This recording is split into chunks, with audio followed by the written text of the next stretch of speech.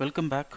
Today we are going to see about one of the interesting tools in the Indian stock markets, particularly on the options trading. So the people who trade in futures and option segments in the Indian markets. So this tool is, I would say, it is one of the must tool if you are trading in options when compared to other softwares, because we have various tools in the markets like Money Control or NSE Option Chain. So even though I am a very big fan of NSE Option Chain, but this software is one of the very interesting and very useful software in options, because I practically use the softwares in many of the times. It usually helps to identify the key levels and uh, suppose if you're writing options or if you're buying options, it's predominantly helpful and as a second hand. So before going into the software, the app name is QuantSap. So they are in the market for almost I'm not sure, it's all around 2 to 3 years now. In the option softwares, when they released the first version, it was a very simple version. When they released the first version with very few features like open interest analysis or change in open interest analysis, and the IV curve, and uh, the max pain and the max loss and the put call ratios and all those things. And now they have came up a long way in building up the softwares. They have included the features called backtesting, and a lot of things been included. But I think they are charging a subscription fee for pro features, but few of the features are free of cost, I think. So you can use it for while executing the trade or before getting into options. So that is one thing which you need to know. So what are all the features? Before going into features, there are uh, various tasks in the left pan. You can see the open interest, gain, and IVs. So I have practically used this application for a very long time, but one unfortunate thing is now the Nifty index, they have moved to a weekly option. So it's almost a year or more than the year now. So after they move into weekly options, the problem is the open interest data and the change in open interest data have been segregated across expiries. So you can see here, this is the screen where I use to analyze the open interest data and change in open interest data.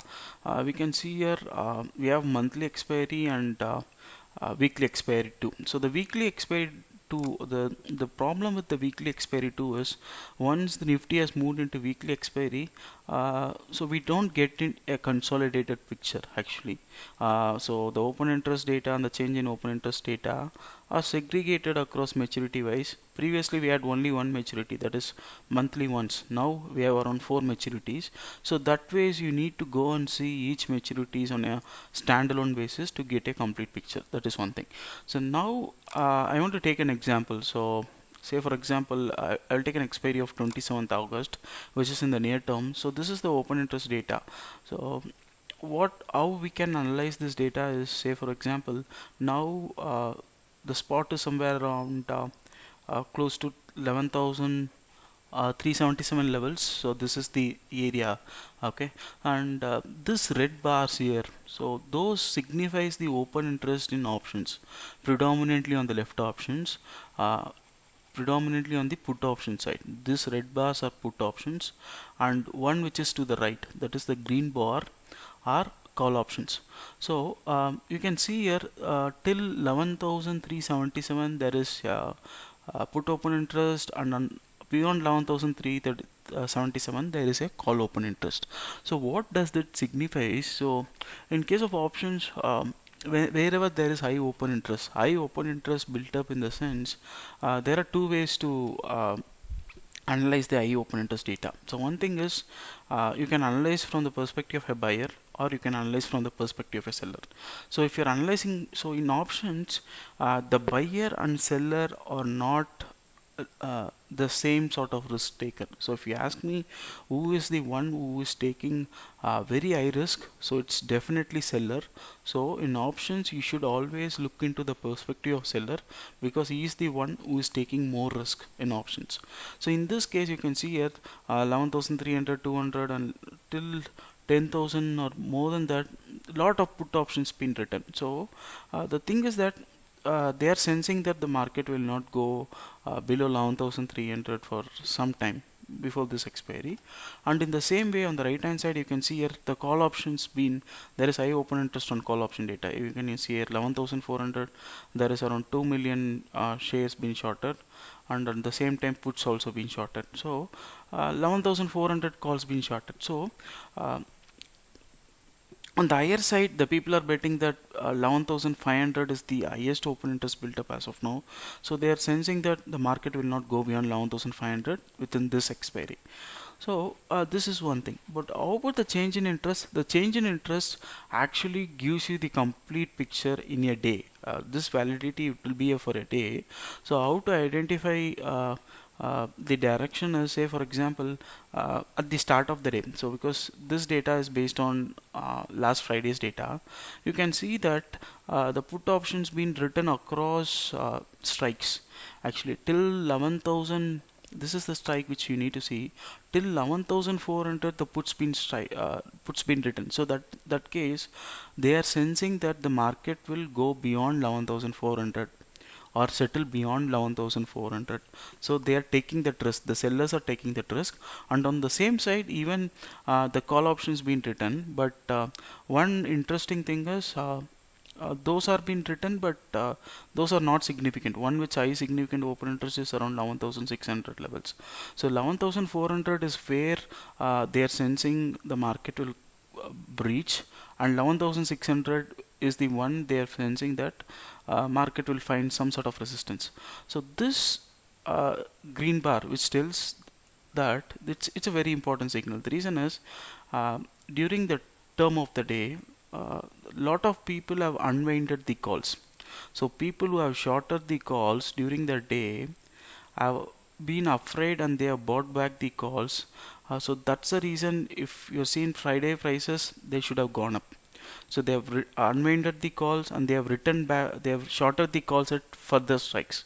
So that is one way. So this is one of the interesting thing, but at the same time, if you are a pro users, what this software does is it gives you a live time feed. Actually the open interest we know, the one thing is the open interest changes from next day, from Thursday to Friday open interest change. But how about Friday's 9 a.m. and Friday's 12 p.m.? If there is a comparison, that will be better, right?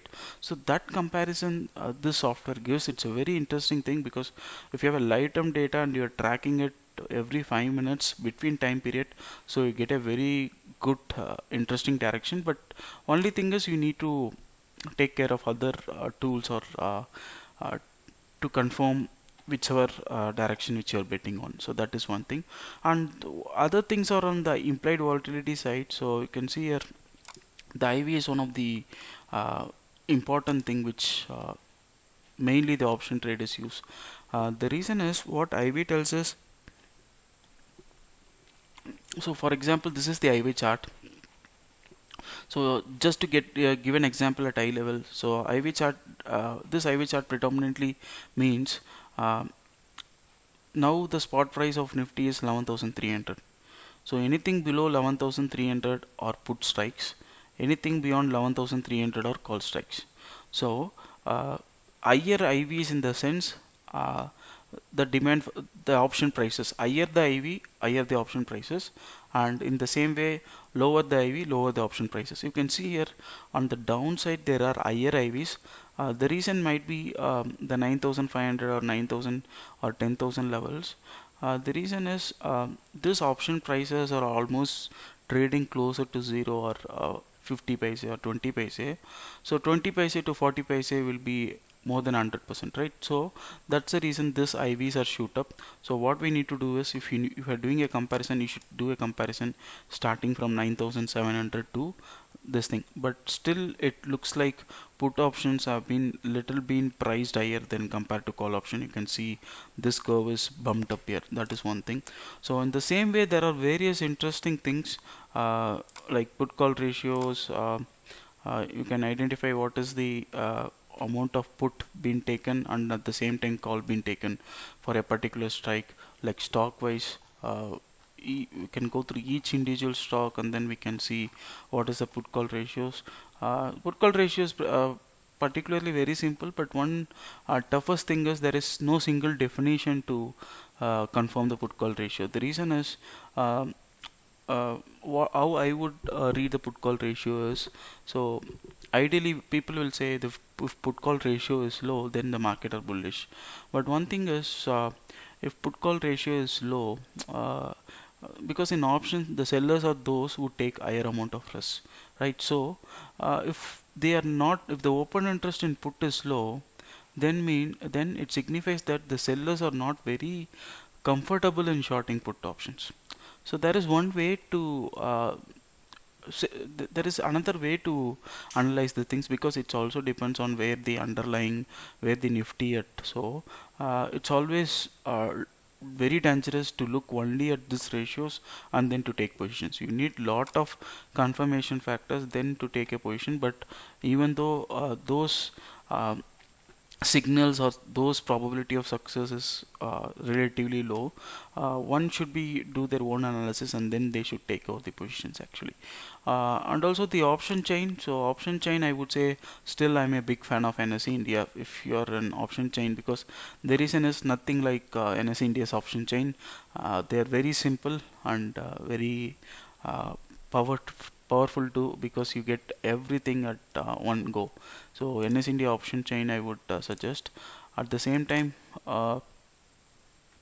there are other things too. So if you want to backtest your positions, so what is backtesting in the sense, say for example, if you have taken your position 1 week before or 1 month before, and how much your profit or loss will be. So let's quickly try it. Say for example, um, I want to try a backtesting thing, but I'm not sure whether I have the access because I'm not a pro user, but still I will try it. So I bought Nifty call option strike of around 11,000 into the value between 50 and minus 50. Okay, let me give 10 lots. Okay, Nifty call option 10. Okay, the strike is 10. I think still they have the some issues with this thing, because Nifty strikes are not 10 actually. Uh, that is one thing. But Nifty strikes are not 10. The Nifty strikes are somewhere around 11,000, right? I think there is still a bug in the software, so uh, it's not relevant. Maybe they are fixing, I'm not sure. But as of now, it's quite nonsense to use this feature, so please ignore.